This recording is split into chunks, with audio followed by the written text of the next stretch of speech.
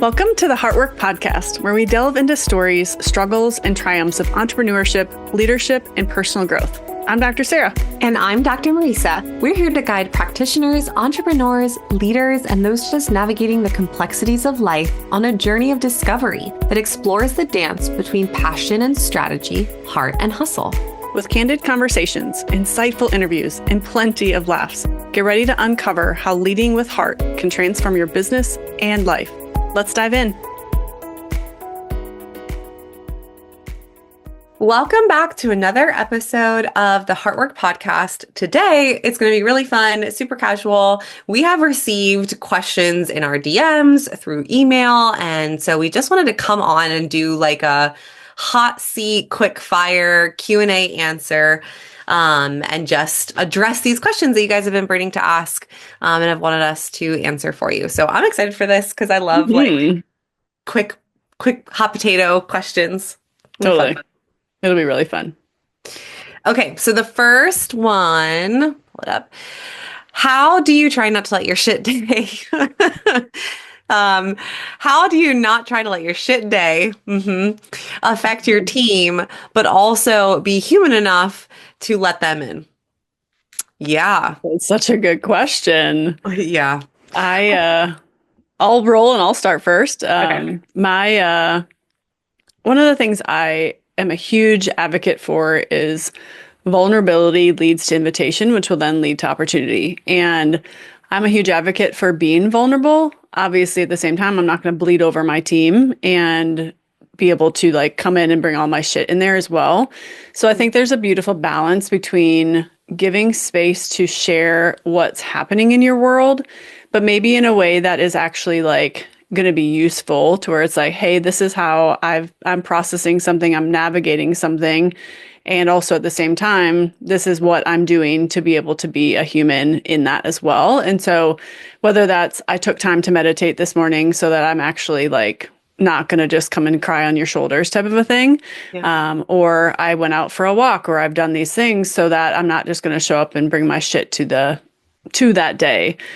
However, at the same time, like I do know that there are times to be human and there are times to just where you're going to have a really hard day and people want to know that you're human too. You know, like we can all kind of turn a switch and we all can be present as much as we possibly can.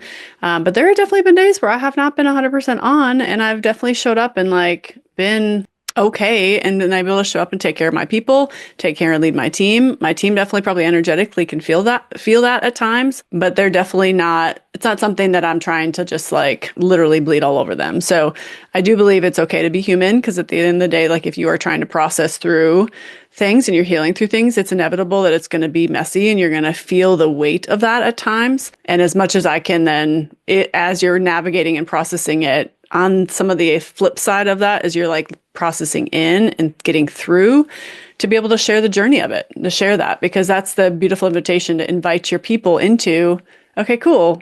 Now I'm healing and I'm processing through this. How can they do that too? So that's the beautiful part about being human and vulnerable with them at the same time.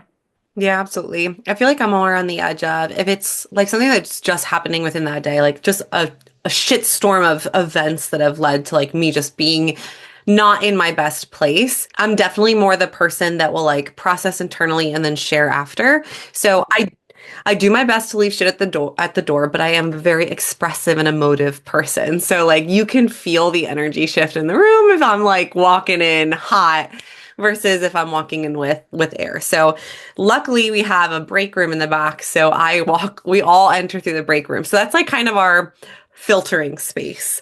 And so if I'm walking in and I've just had a day, like that break room is for me to like shed my coat, shed my shit, and then like take a moment, make a cup of tea, like breathe in some lavender or something, and then walk through the doors. We do gratefuls every morning before we start shift as we come together. So sometimes I'll like, in the moment, if I am feeling it, I'll make a joke of it. Guys, I know there's a lot to be grateful for today. And so while it's been a wild day, I am grateful for this stress relief tea or stress relief coffee, or I am grateful that I am present and I am working on being fully present and woo-saw before we see all of our people today. You know, and just like, so they know that something's up. It's not like Dr. M just walks in and she's hot and like Right. something's who did something wrong? Like, was there a dust bunny in the corner? Like what, what's gotten up her tampon on fire today? And sometimes if it's processing and it's like you said, kind of appropriate to bring them in, I'll address it maybe in the next day's team meeting or something Yeah. like, hey guys, I want to apologize. Like, I just have been working through some stuff. This is what's going on. Or maybe it's not completely related to the business. It's just personal. And so I stop it there. Maybe it is related into some stuff in the business. Is there something that has to be addressed as a process or a people problem that's just starting to eat at me that's now starting to show itself outright? But just in general, like if I spill coffee on myself, the dog would not come in when I asked them to. He's chasing other pals. Someone almost bumped into me on the street. Like I forgot something at home and now I can't go back and get it.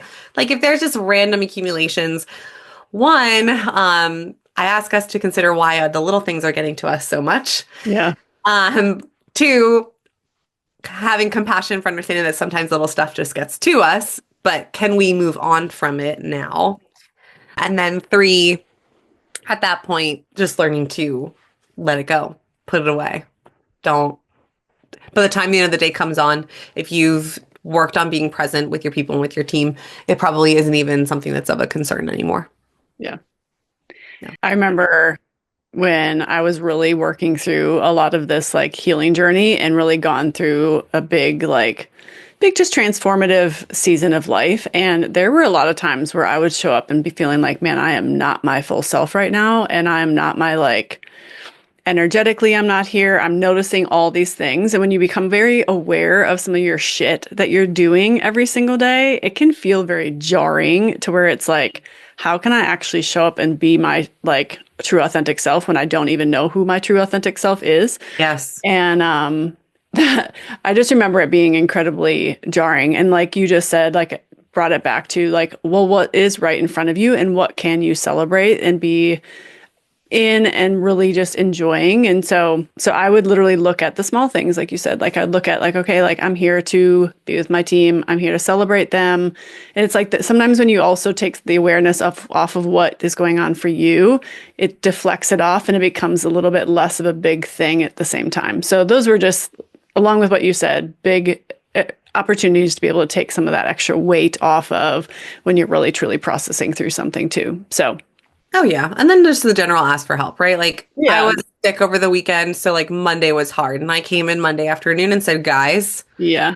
like I'm off the struggle bus, but I'm still riding the short one. So um, I'm gonna need like people on their game. Like I had a flow person with me. Like I'm gonna really rely on you to carry conversation out with people so I don't have to be in the room for a very long time so that I can help move through. I'm nervous that I'm not gonna have the energy to be able to adjust people throughout our shift. So like I'm really just gonna rely on you guys to help gather people in, gather people out so that I just can kind of move through the day, be intentional with my table talk and interactions while also limiting the small talk so I can just focus on my body and doing what I need to do to serve in the best way possible, even in this state.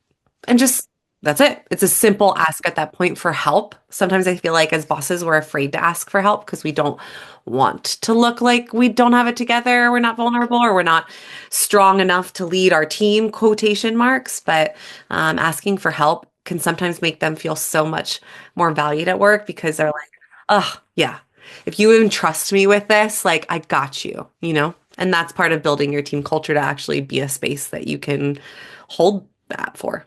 Absolutely.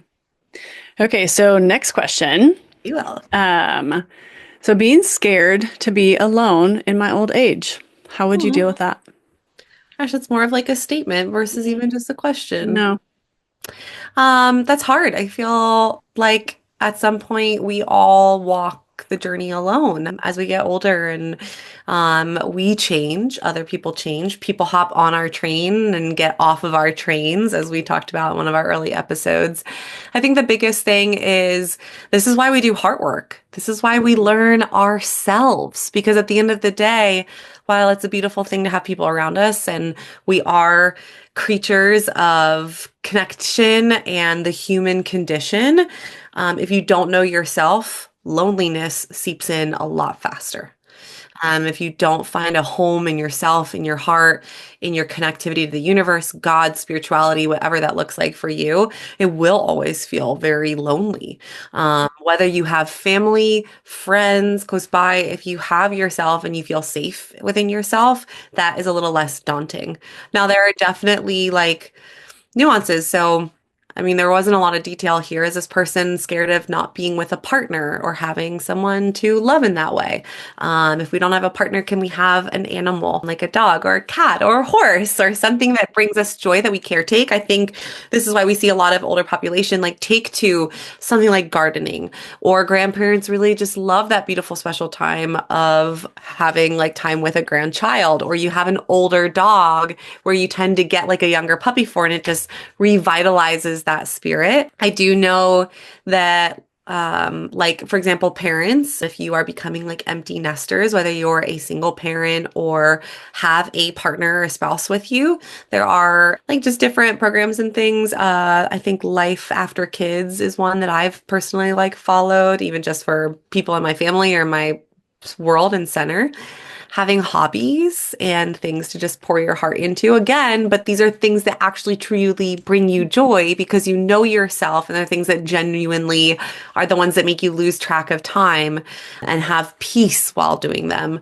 versus doing something that perhaps is triggering or makes you feel more alone because it's not actually something that gives life back to you and is something that's actually taking from you. But I think the question to ask this person is, what exactly are you afraid of? Hmm. Is it the fear of abandonment, like being completely alone because everyone's left, whether they've passed on, died, moved?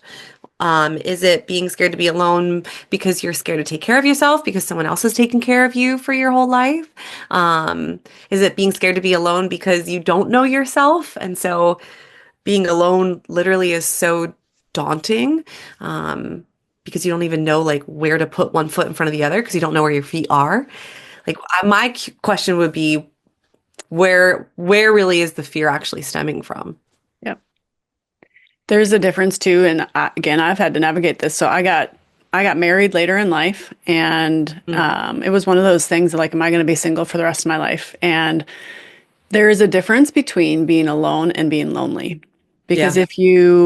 if you truly ask that question, those fear questions of like, where is it stemming from, and where is this, what's the actual like root of the feeling and the fear, there it can give you a lot more, because truly in the end of the day, like when you do the heart work and you start to understand it, and this is just what I've begun to navigate and know for myself, like we are truly never alone. Mm, The one that created us and made us and provides for us is always with us, and like that doesn't always mean that like you said, we're human beings, we desire connection, while at the same time, like we really are truly never alone. And however, it doesn't mean that you're not lonely or experience this like sadness of lack of connection or lack of just belonging or feeling welcome or feeling like you're with people. And so I love those questions, because that was something I had to ask myself a lot of like, if I never experienced this, would I be okay? If I literally never got married, would I be okay?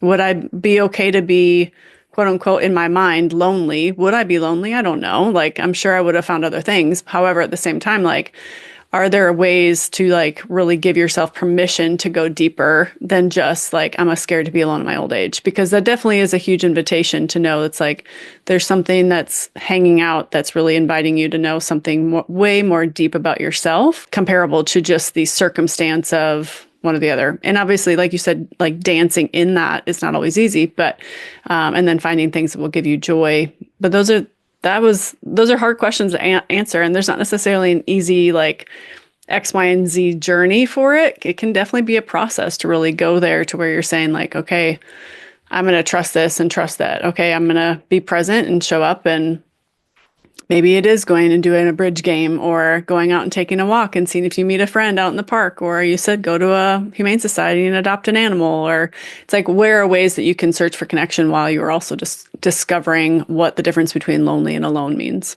right. And this is why, again, the heart work is so important, because fears will tend to put us back in spaces of our rhythms that aren't the healthiest emotionally, right? So if this comes from codependency, for example, we might just look and settle for something or the presence of someone for breadcrumbs just because it feeds some wound inside of us that we Yeah. have not taken care of or gone deep enough with to really pull out the remaining pus that's existing down there So and the true. infection, right? That it just keeps showing back up in a different way. I truly do believe that in our journey to life, we are constantly put in situations that test our ability to really see, have we grown through this area?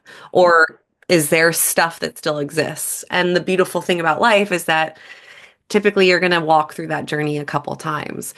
So that again, I would strongly encourage you to consider finding someone to do the hard work with. Totally. Yeah. Okay, next question. What do you feel is your biggest stressor as a business owner and ongoing issues that entails? Should we say our answer? One, two, three. Team. Team. People. People, yeah. People All are right. hard. People are imperfect. People are human, and managing people and their lives and taking care of it as someone who is in an entrepreneurial CEO business that works with people. It's not just an independent thing. People, I feel like, are always going to be not necessarily the biggest stressor, like, oh gosh, but like just the ongoing, consistent turn of the wheel is with people and their rhythms. Yep. That's what I was gonna like. It literally is your team is literally one of your greatest joys, but it can also be your biggest challenges because Totally. it's going to utilize you as you have to be a better human and a better leader to show up for these people. You can't just come in and like we talked about earlier, you can't just throw your shit everywhere and expect them to be their best humans either. So it's like Totally. you have to like be able to actually show up as a healthier human to be able to best do that and be able to really lead them and life happens for people. People transition. You and I have gone through lots of transitions. I'm going through a transition as we're adding new people now. And it can feel like when those stressors are there, it like tells you so much about your worth if somebody leaves or somebody's no longer with you, like we've talked about so many times. And so again, it cues into this ego, cues into this place where it's like tells you either you're good enough, you're not good enough. And if you're not doing the job, then something's either wrong with your team or yourself. And so definitely team is a big one. I know that I've had to also navigate just the pressure of like financial stress recently as well. So that's another big one that I would also just add in there is like sometimes there's going to be highs and lows of that because there's been seasons of my life just now doing this, been literally practicing since 2011. So I own my own practice now for 9. But there's been this like rhythm where we've had lots of highs on highs, but then also now we've had lots of lows. And so I've had some lower times in that. And that's been challenging and purposeful for me for the space of understanding how much money has been an identity factor for me and how much my worth and value shaped this place of security and really authority in my life for, again, what people saw of me. And so money has become this thing where I've just known it's just performed an identity. And so when I don't have it, holy shit, that's not easy. And so, or like when I don't feel like I have as much as I also would expect to want, or expect to have. And so I have always been provided for. That's the crazy part. I've always like had everything I've ever needed. I've never been without, but it is wild what you can look at a bank account and be like, well, that's not enough. Oh, And yeah. so Yeah. so that part, and then like also at the end of the day, I actually just talked to a client about it today. It's so easy, I think, as business owners to have this mindset about you are responsible for everybody under your charge. Mm. And it not only paychecks, all these types of things, but it can be really easy. That goes back to team, but it can be really easy to put out this sense of like, you're carrying this like major boulder for everybody else's life when in reality that's not fair at the same time. Like, yeah, you may have a paycheck and you may do all that, but at the same time, like you're responsible for showing up for your best self as that leader. And sure, yes, you have to know what your bank account looks like. You have to know certain aspects to be able to run a business, but the responsibility for somebody else to show up and do a really good job and be their best selves when they're there, that's not yours. That just can't be. Absolutely. No. I mean, that would be the surefire way to just, well, I guess kind of going into our next question, how do you stop people pleasing to like again put yourself on the chopping block, leveraging your own self for others? Yeah. And there's a difference between selflessness and unhealthy people pleasing. Like it's not mutually exclusive to care for the self while also caring for others. Caring for the self does not make you selfish. Right. Caring for the self opens up opportunities for you to be the most present so that you can show up for other people in the most compassionate, emotionally healthy way. Yes. Sometimes we view that as like, well, you're just out for yourself. No, no, no, no. I'm taking care of myself and have boundaries so that I can be the best version and be the most present for you, which also cares for yourself because you being like the other person themselves. Because if I were showing up emotionally unhealthy, people pleasing, constantly giving, giving, giving, I can also be building up a long line of receipts Oh my gosh. and resentments that are adding up that are eventually going to vomit their way out of me. So that So for true. how do you avoid people pleasing as our next question, yeah, it's the hardest thing.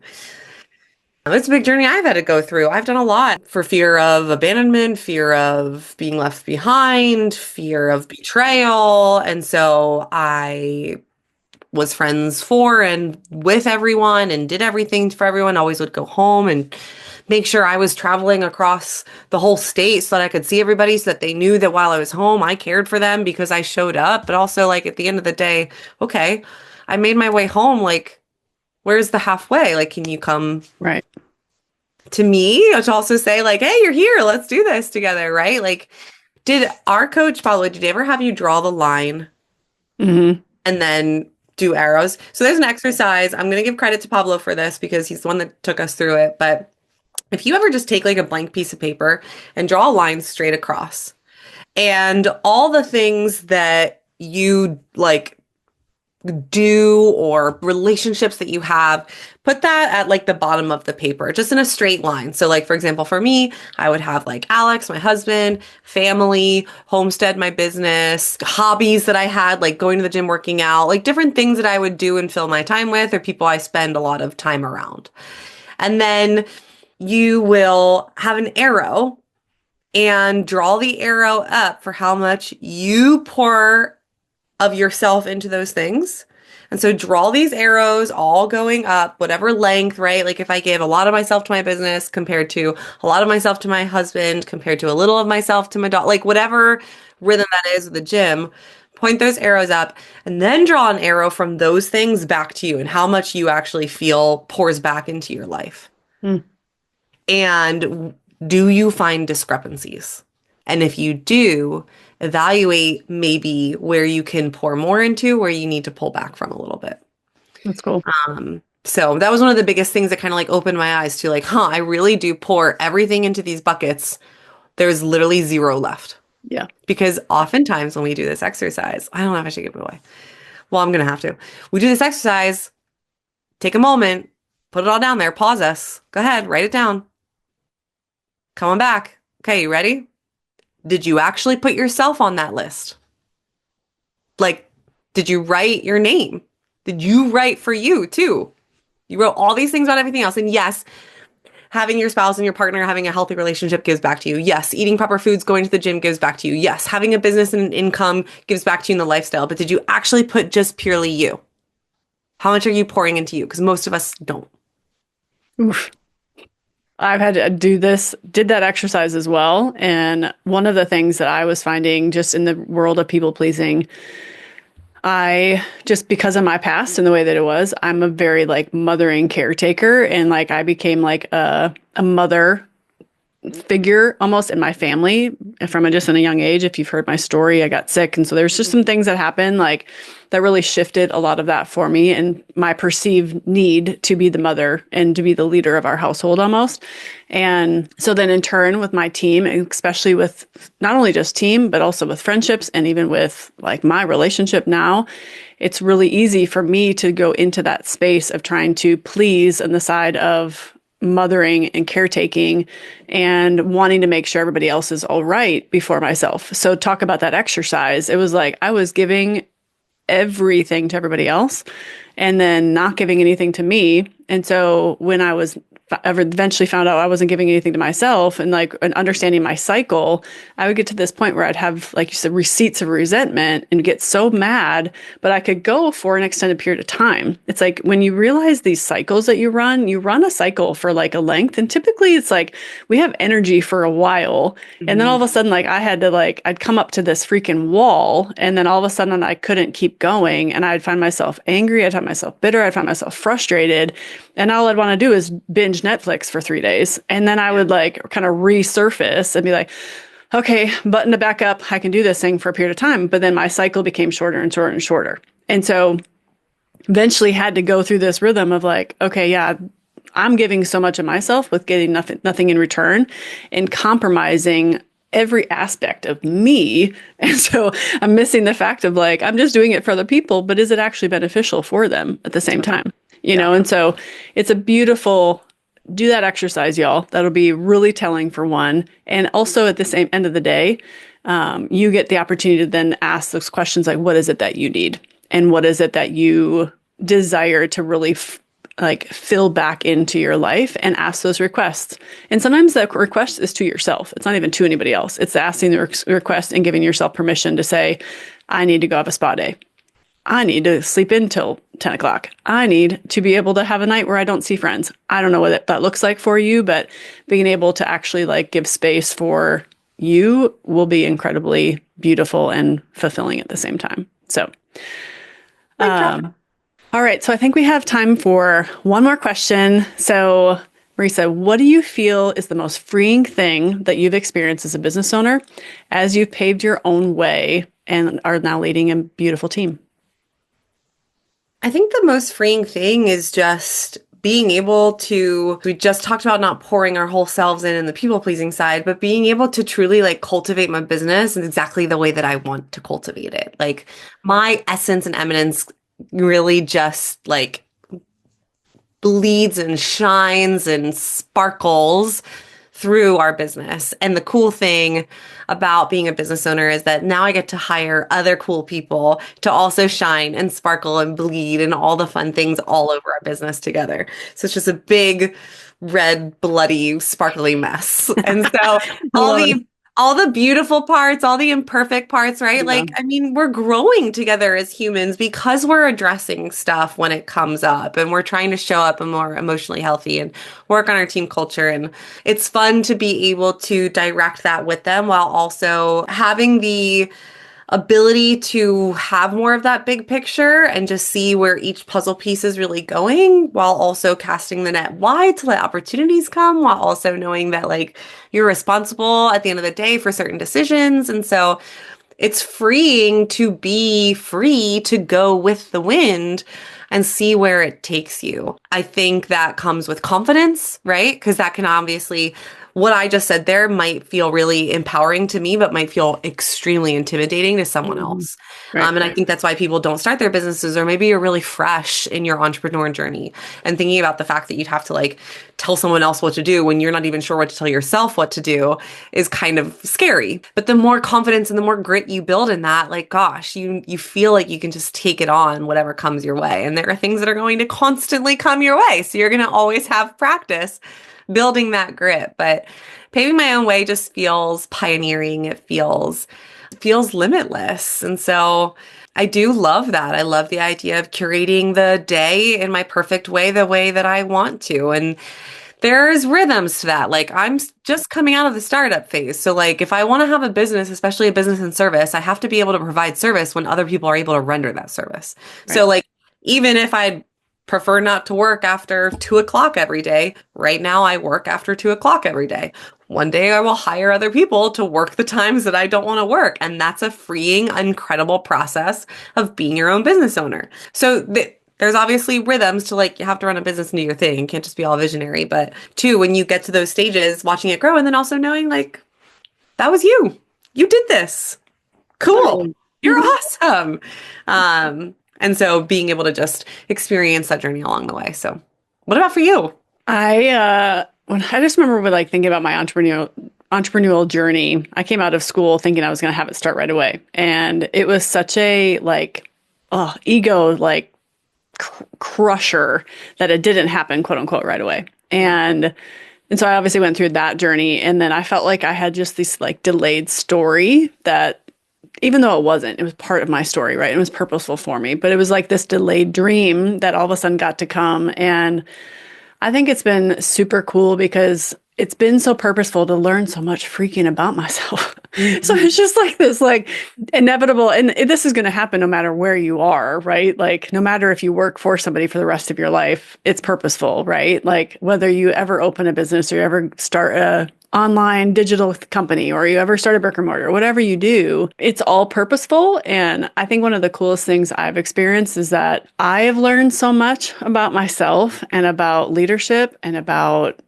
business. I've learned about like it only just continues to evolve and grow. And I also know that I have a story to share. And I know that what comes out of me is a story of impact because it's from the one that's created me. And I have my own story. You have your own story. You have your own magical bloody mess that you are like creating within and like this magical unicornness of in Iowa and throughout the world and me too. And so it's just been this like beautiful rhythm of just understanding it's like I have impact to give and whatever way I'm going to give it, I'm going to give my most to it at the same time. And so and show up and I want to show up as my true self in that. Again, whether or not I ever work for somebody or ever started my own thing. And so that part's just been really cool and I'm excited to see what continues to come because your heart can also evolve as we've noticed, right? So we've both started a brick and mortar practice and I've now